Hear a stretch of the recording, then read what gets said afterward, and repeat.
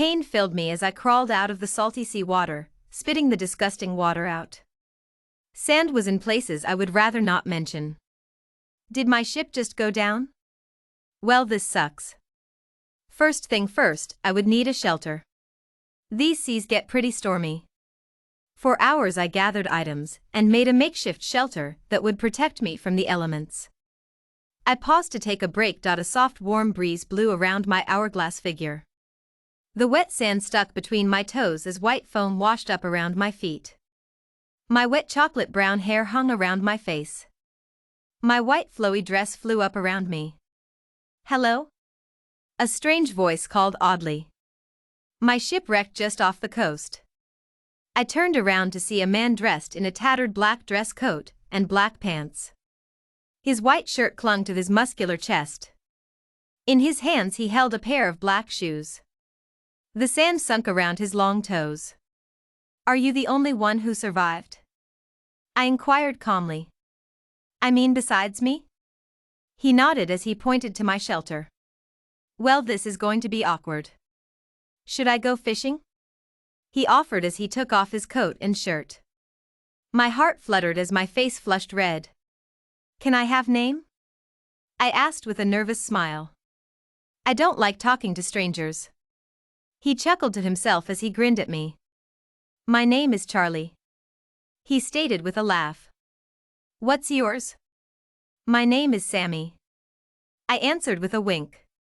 I will go to find some water if you get food. I should probably get some wood too. See you soon. We took off in opposite directions and my mind raced. He was so familiar to me. It only took me a couple of hours to find a washed-up gallon and pot. Now I just need water to boil. Finally I found a waterfall. I was filling the water when a growl erupted from behind me. A black jaguar jumped in front of me, cornering me up to the tree. Gripping the water tightly, I screamed. Not sure why, it wasn't like anyone was going to find me. My breaths grew shorter and shorter as my eyes darted with panic. A makeshift arrow shot straight into the big cat's slick black head, and it collapsed in front of me. My heart was beating out of my damn chest. Charlie jumped down next to me. I was supposed to find dinner, he joked with a huge grin. Raising my eyebrows, I hugged him out of fear and panic. How typical was I acting? I guess dinner found me, I teased shakily. You must hunt with that shot. He laughed as he looked into my chocolate brown eyes. Time stopped around us as he leaned in to kiss my quivering lips. He pressed his lips against mine, and I melted into his comforting arms. This kiss was the kiss of my best friend from high school. I had always loved him, but never plucked up the courage. Sammy, I am a hunter, but most of all I always was hunting for your heart, he confessed with a red face. His heart was racing as he waited for my answer. Charlie, I always loved Dash, I was about to confess as two uniformed men approached us. Are you two survivors? The short one asked, looking at the black jaguar. We will overlook that, for it looked like it was going to eat you. Yes, I answered with a squeak. Are you here to rescue us? They both laughed as ordered us to four-wheelers. Follow us to safety, the tall one explained. Charlie and I sat on one four-wheeler and followed them to what looked like a prison. My heart fell to my stomach as I realized we were in trouble. Charlie looked at me and we nodded. We jumped off the four-wheelers and rushed into the thick jungle. The men shouted angrily as we ran towards the beach. Hours passed and all we found was an abandoned treehouse.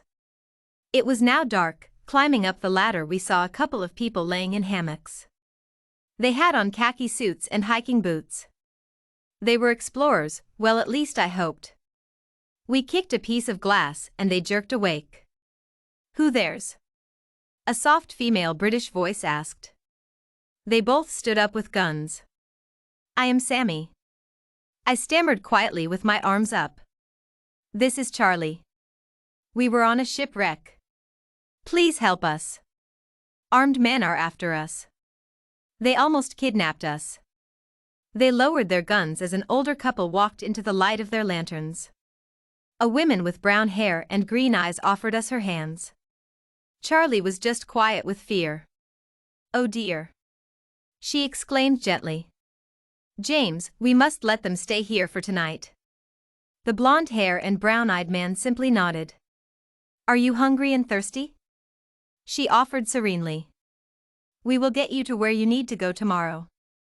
We just nodded as she gave us a bowl of fruit and a bottle of water. Eating slowly, Charlie grabbed my hand and held me closer. "Thank you," he stated with a husky tone. "We appreciate it." We talked all night and we walked out to the deck. A parrot flew down next to me as I leaned on Charlie's shoulder. Feeling tired, we laid down on some cots pushed together outside.